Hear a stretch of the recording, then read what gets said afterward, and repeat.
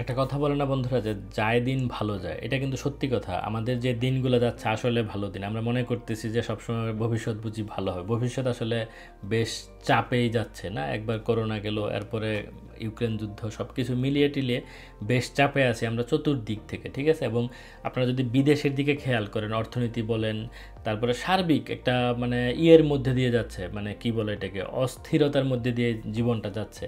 এবং আপনি যদি ইউরোপের বিভিন্ন দেশের দিকে একটু তাকান তাহলেও বুঝতে পারবেন যে সম্প্রতি কিন্তু পর্তুগাল, যেটা হচ্ছে ইউরোপের ধরেন যে আর কোথাও যদি কেউ কোনো ধরনের বৈধভাবে বসবাস করার কোনো সুযোগ আর না থাকে, তখন তারা কি করে, অনেক ক্ষেত্রেই পর্তুগালে গিয়ে ওই যে এসইএফ এন্ট্রি যেটাকে বলে, সেই এন্ট্রির মাধ্যমে কাগজপত্র করে, রেসিডেন্স পারমিট নেয়, এরপর একটা সার্টেন টাইম পরে তাদের পিআর পাসপোর্ট সব হয়ে যায়, ঠিক আছে। কিন্তু এই সম্প্রতি এসইএফ এন্ট্রিটা বন্ধ করে দেওয়া হয়েছে। এবং ইতালি আরেকটা ভালো ডেস্টিনেশন ছিল বাংলাদেশি লোকদের কাছে, কিন্তু সেই ইতালিও এখন চেষ্টা করছে যারা অবৈধভাবে আছে, সম্ভবত 87,000 বা এরকম কিছু একটা অ্যামাউন্ট হতে পারে, তাদেরকেও বাংলাদেশে ফেরত পাঠানোর জন্য, ঠিক আছে। এটা কিন্তু একটা ভয়াবহ দুঃসংবাদ আসলে, কারণ ইতালি আপনারা জানেন যে প্রচুর বাংলাদেশি থাকে, এবং যেটা বললাম যে ভালো একটা ডেস্টিনেশন অনেকে আসতে চাচ্ছিল বা আসে, এবং নিরাপদে ভালোভাবে ওই দেশটাতে থাকতে পারছিল।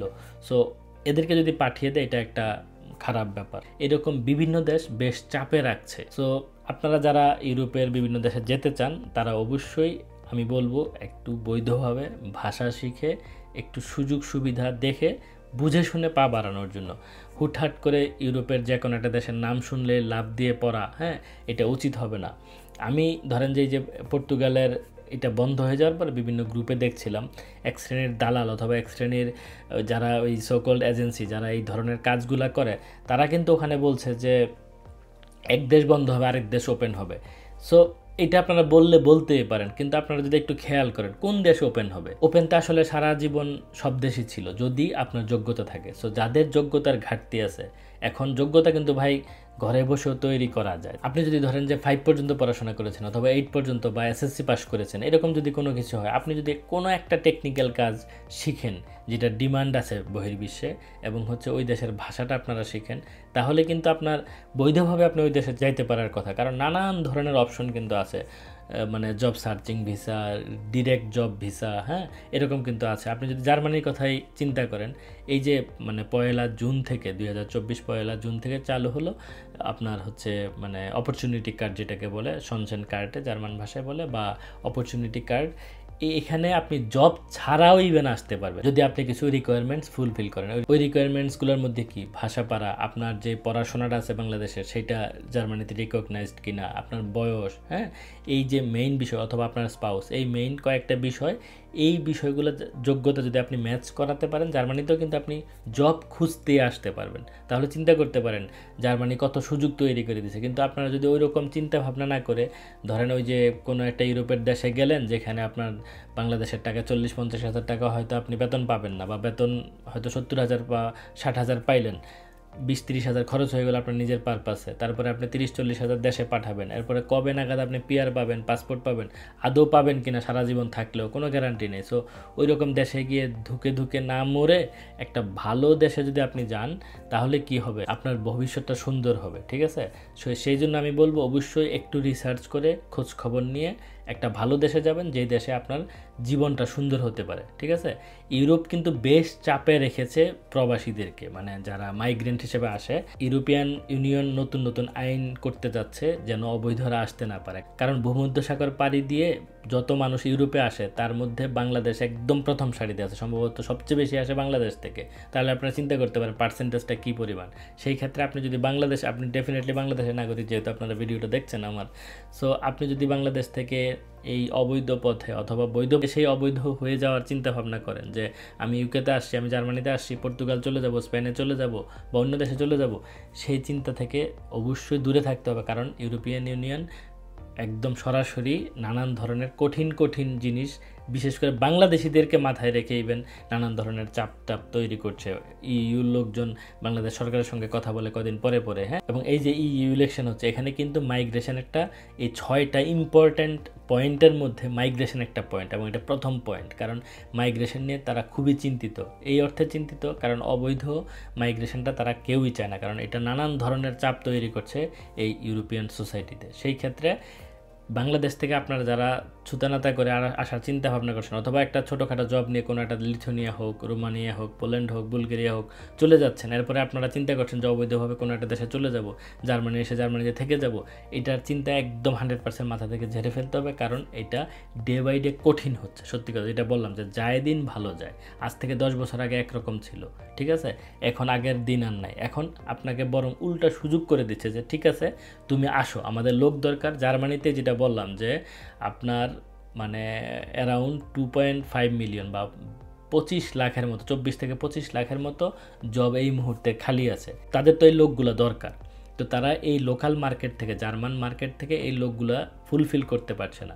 একটা আমি হিসাব দেখছিলাম যে প্রতি বছর যদি 3 থেকে 4 লাখ লোক বিদেশ থেকে আনে তাহলেও তাদের শর্টেজ থাকবে, এরকম একটা অবস্থা। মানে এই মার্কেটটাকে স্টেবল রাখতে প্রতি বছর 3 থেকে 4 লাখ লোক বিদেশ থেকে আনতে হবে। সো এত লোক কীভাবে তারা পাবে? কারণ ইউরোপের প্রায় সব দেশেরই লোকবল সংকট।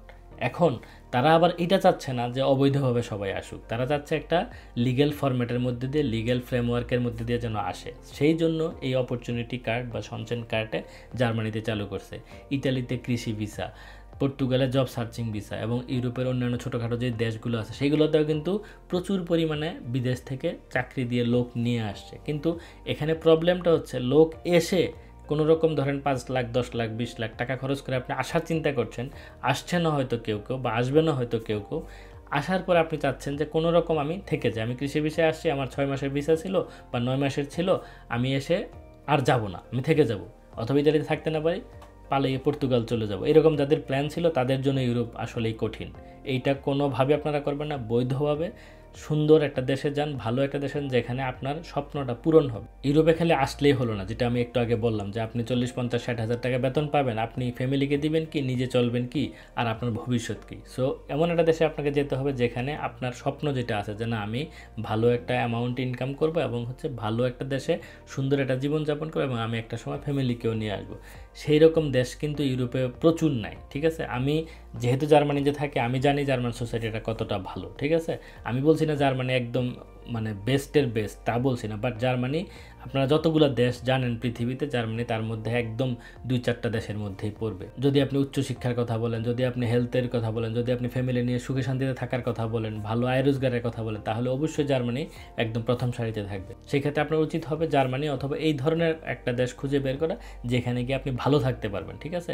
ইউরোপে এসেও যদি আপনি বাংলাদেশি স্টাইলে আপনাকে কষ্ট করতে হয়, হ্যাঁ, আপনি অল্প টাকা পাবেন, আপনার নুন আনতে পান্তা ফুরানোর মতো অবস্থা হবে, তাহলে ওই সব দেশে যাওয়া উচিত হবে না। এবং অবৈধভাবে কোনো দেশে যাওয়ার কথা একদম 100% ভুলে যান। আমি বলবো আপনি 2 বছর পরে আসেন, 3 বছর পরে আসেন, 5 বছর পরে আসেন, দেশে এই কষ্টটা করেন, আপনি একটা প্রফেশন শিখেন। আমরা হয়তো পড়ালেখা করি, বিশ্ববিদ্যালয়ে সর্বোচ্চ ডিগ্রি নেই, কিন্তু আমরা কিন্তু কোনো প্রফেশন শিখি না। প্রফেশন শিখা বলতে কি বোঝায়? যেই পেশার আমি ডিমান্ড আছে, যেটা আমি কাজ করতে পারবো। আমি হয়তো ধরেন যে বিশ্ববিদ্যালয়ে অনেকগুলো বই পড়েছি, কিন্তু এগুলোতে আমাকে তেমন কিছু শিখায় না, আসলে আমাকে হয়তো মানে থিওরি শিখিয়েছে। সো আমি প্র্যাকটিক্যাল তো কোনো কিছু করতে পারবো না। এইসব দেশে ডিমান্ড আছে যেই ধরনের প্রফেশন, আপনাকে সেই ধরনের একটা প্রফেশন বা একটা কাজ শিখে আসতে হবে।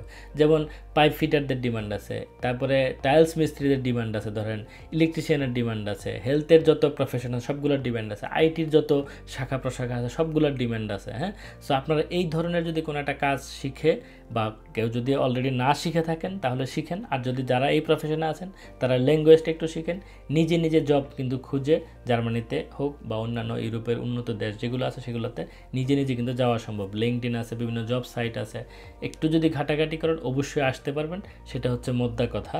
কিন্তু এর যদি ব্যতিক্রম কোনো কিছু আপনারা চিন্তা করবেন যে শর্টকাট কোনো ওয়ে, তাহলে বিপদে পড়বেন, হ্যাঁ। কোনো দালালের কাছে যাওয়া কোনো দরকার নেই। আমি 2-4টা ঘটনা জানি যারা এই দালালের কাছে গিয়ে অবৈধ হয়ে গেছে, জার্মানিতে এসে কোনো রকম ট্যুরিস্ট ভিসা দিয়ে জার্মানিতে নিয়ে আসে, আসার পরে এখন আর কোনো কাগজপত্র নাই, বিশাল একটা বিপদে আছে। এখন না পারতেছে দেশে ফেরত যেতে, না পারতেছে এখানে বৈধভাবে থাকতে, এবং ইউকেতেও আসছে।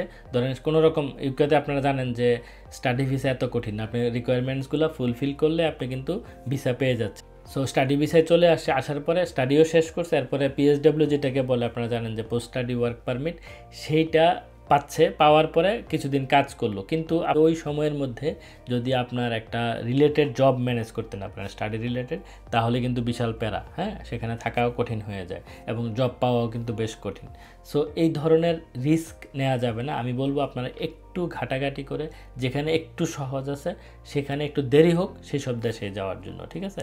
এবং ভাষা ডেফিনেটলি শিখতে হবে, এবং কোনো একটা টেকনিক্যাল কাজ, যেটা আমি বারবার বলার চেষ্টা করি, যেটা দিয়ে আপনি ভালো একটা কিছু করতে পারেন বিদেশে এসেও, ঠিক আছে।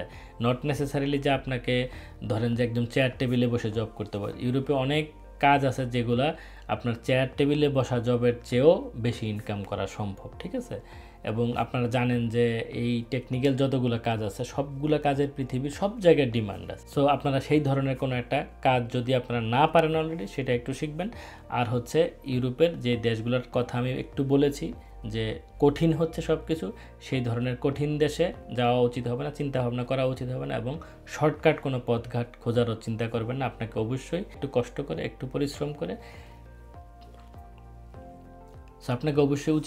আপনার অবশ্যই উচিত হবে একটু কষ্ট করে মানে সুন্দর একটা পথ বেছে নেওয়া, যেন আপনার ভবিষ্যৎ জীবনটা সুন্দর হয়। যাই হোক, আমি আর কথা বাড়াচ্ছি না, আমার মনে হয় আমি কি বলতে চাচ্ছি আপনারা একটু করে বুঝতে পেরেছেন। যদি ভিডিওটা ভালো লেগে থাকে একটা লাইক দিতে পারেন, কমেন্ট করতে পারেন, সবার সঙ্গে শেয়ার করার অনুরোধ থাকলো। আর যারা আমার চ্যানেল নতুন, অবশ্যই সাবস্ক্রাইব করে পাশে থাকা বেল আইকনটি টিক দিয়ে রাখবেন, যেন পরবর্তী যে কোনো ভিডিও আপনারা সবার আগে পেতে পারেন। দেখা হবে সামনের কোনো ভিডিওতে, তখন সবাই ভালো থাকুন। আল্লাহ হাফেজ।